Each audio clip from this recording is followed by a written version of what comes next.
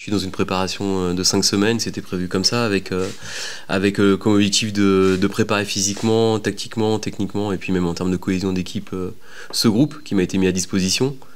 Ce qui change, c'est l'environnement extrasportif et les éléments, on va dire, autour de l'équipe. Mais pour moi, ma préparation, rien ne change. Donc j'arrive pas en plus à être négatif par rapport à cette situation parce que je suis tellement enthousiaste et content de reprendre avec les joueurs que je suis je suis très positif. On est en lien, on vit quasiment tous ensemble parce qu'on est logés un peu tous ensemble à l'hôtel en ce moment. Donc on est en connexion tout le temps, il y a pas de, c'est transparent.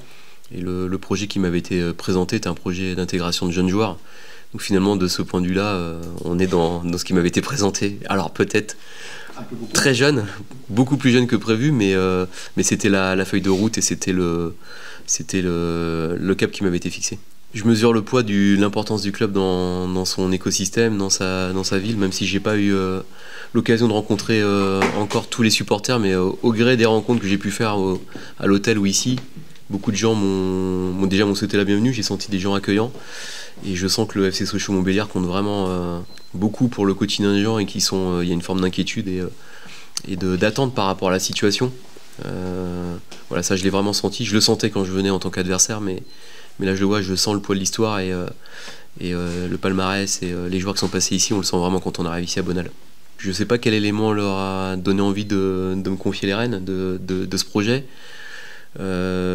Peut-être qu'il y a une adéquation entre leur vision sur l'intégration des jeunes joueurs, l'ADN formatrice du FC Sochaux-Montbéliard et ce que j'ai pu faire avant, et mon goût aussi pour cette partie-là de mon métier. Maintenant je suis lucide, je sais que la formation et l'intégration des jeunes c'est un élément important en termes de valorisation sportive et économique dans le monde du football aujourd'hui, mais il faut aussi avoir des résultats. Et donc, je suis pas formateur, je suis entraîneur professionnel avec des objectifs d'être compétitif. Il y a quelques années, sincèrement, je me serais posé 50 000 questions. Comment intégrer des joueurs en cours de préparation? Comment faire pour créer de la cohésion avec des gens qui arrivent, qui partent? Mais aujourd'hui, l'entraîneur, il doit être adaptatif, il doit être capable de régler les problèmes les uns après les autres sans trop se projeter. On sait que c'est comme ça. Nous, alors évidemment, la proportion de mouvements risque d'être important. Mais je me pose même pas la question. Ce matin, j'ai été content de retrouver les garçons. Demain, il y aura peut-être quelques-uns qui seront pas là ou qui arriveront, mais il faut faire le travail, il faut essayer de régler les problèmes quand ils arrivent, mais je vois vraiment pas plus loin qu'à la fin de la semaine. On a le planning de la semaine qui est calé, le rythme de la préparation qui a été travaillé avec ces 5 semaines, les matchs de préparation, la première journée j'ai vu qu'on recevait Guingamp, mais franchement je me projette pas beaucoup plus loin parce que ça serait inutile, ça serait du temps de perdu. En fait, en fin de saison, même avant, après le départ d'Olivier, on s'est posé par rapport au projet qui allait être le nôtre. Donc il y avait plusieurs facteurs. 1, l'intégration de jeunes joueurs. 2, connaissance de la Ligue 2, même si, comme vous le savez, on a rencontré des coachs qui ne connaissaient pas la Ligue 2, mais c'était aussi un aspect découverte. Moi, j'ai suivi le travail d'Oswald depuis le Poiré-sur-Vie, puisqu'on a compéti ensemble quand il était au Poiré-sur-Vie et moi j'étais directeur sportif d'Orléans. Avec des moyens limités, il a toujours fait du très bon travail. Après, il a fait des passages à Amiens, au Havre. On a vu qu'il a sorti aussi des garçons, des jeunes joueurs comme Ferland Mendy. Donc voilà, et puis il avait aussi, il l'a bien expliqué, un côté revanchard par rapport à sa situation. Et je pense qu'aujourd'hui, au sein du club, on est revanchard par rapport à la saison qu'on a vécue l'année dernière. Donc je trouve qu'il correspondait parfaitement au profil d'entraîneur qu'on cherchait, et je pense que c'est une histoire de planète. Les planètes, elles étaient alignées entre lui et nous, entre nous et lui, avec son staff aussi, avec Abbas notamment, l'entraîneur adjoint qui vient en même temps qu'Oswald. Donc tout ça a fait qu'il y a eu un alignement. Bien entendu, il y a eu une transparence avec Oswald qui était de dire que l'effectif de la fin de saison dernière n'allait pas être celui qu'il allait avoir cette saison. Malheureusement, bien entendu, pas de cette façon-là. Mais aujourd'hui, voilà, notre objectif au niveau du sportif, c'est d'avoir la tête dans le guidon, de répondre aux problématiques qui sont les nôtres à l'instant T et de sauver le club. Julien travaille avec toutes ses équipes pour dans un premier temps sauver le club, on en est là. Et ça serait malvenu de ma part d'avoir des exigences fortes. Il en va de la survie d'un club dans ces périodes-là. Je me vois mal aller voir Julien lui dire il me faut un milieu défensif à 300 matchs de Ligue 2 ou un avant-centre. Ce sera après. Donc chaque chose en son temps. Et on est tous les deux alignés avec les autres personnes de l'équipe pour savoir que la Ligue 2 est un championnat difficile avec des contraintes fortes en termes de niveau. On ne se présentera pas avec des 2007 ou des 2006.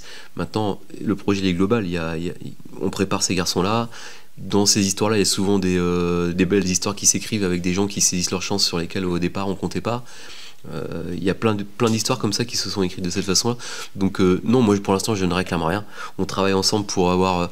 ce que j'ai réclamé à Julien et à Raphaël et aux équipes, c'est d'avoir le nombre de joueurs suffisant pour construire des séances de qualité, qui m'amènent des garçons qui ont un état d'esprit adapté, que ça soit fait en alignement avec les éducateurs de la formation pour pas prendre des joueurs qui ne le mériteraient pas. C'est juste ça. C'est sûr que la période elle n'est pas évidente. On a, comme je l'ai dit tout à l'heure, le nez dans le guidon. Forcément on avait du temps pour préparer. On va en perdre. Il faut être très clair par rapport à ça. Maintenant c'est comme ça, c'est ce que j'ai dit ce matin. Soit on est capable de relever le challenge. Si on est investi et déterminé, bah, on reste ici et on va jusqu'au bout. Si on n'a pas la force et le courage de pouvoir affronter cette situation, je prends ma voiture et je rentre chez moi. Mais je ne suis pas dans cet état d'esprit-là, je suis dans un état d'esprit conquérant, d'aller au bout du bout, de trouver les solutions à notre niveau, c'est-à-dire au niveau du sportif, et vous l'avez bien compris, c'est de libérer des gros contrats pour alléger la masse salariale et qu'on puisse passer à la DNCG et que le club continue d'exister. Voilà. Et après, on aura le temps à penser parce qu'on n'est pas fou. On sait que de partir avec une équipe de gamins en Ligue 2, ça serait suicidaire. Donc on avisera derrière pour recruter des garçons d'expérience sur des contrats différents. Attention, je ne jette pas la pierre aux joueurs qui aujourd'hui sortent de l'équipe, sont libérés parce que ces contrats, ils ne les ont pas volés. Donc ça fait partie d'une gestion du club qui ne sera plus la gestion, en tout cas déjà là à court terme. Mais il faudra aussi qu'on se renforce avec des garçons qui connaissent la Ligue 2 pour encadrer les jeunes joueurs à fort potentiel, c'est important. Je pense qu'il n'y a pas de performance sans esprit d'équipe dans le football, c'est dans tous les sports collectifs, mais c'est un défi pour tout technicien ou entraîneur de réussir à construire une cohésion d'équipe et un esprit fort. Parfois les groupes, ça match directement, il y a un alignement de vision, d'objectifs et ça constitue une équipe forte. Et puis parfois c'est plus difficile pour diverses raisons. Je ne sais pas comment ça se passait l'année dernière, mais en tout cas, oui, ça fait aussi partie de la feuille de route qui m'a été donnée, c'est de constituer un état d'esprit fort avec des valeurs d'engagement, des valeurs de dépassement de soi, de respect du maillot et de l'histoire de ce club, parce qu'on est dans un club avec une histoire, et donc ça se respecte. En fait, je connaissais parce que j'avais déjà vu, mais quand je suis passé devant la boutique, j'ai vu ça m'a fait tilt. J'ai trouvé que c'était vraiment adapté à la situation, au moment. Et c'était ma première journée, je tombe sur cette image-là, je me suis dit c'est un beau symbole, il faut le relayer parce que c'est l'état d'esprit qu'on doit avoir tous, à commencer par moi en tant qu'entraîneur, par les équipes, mais on doit rien lâcher.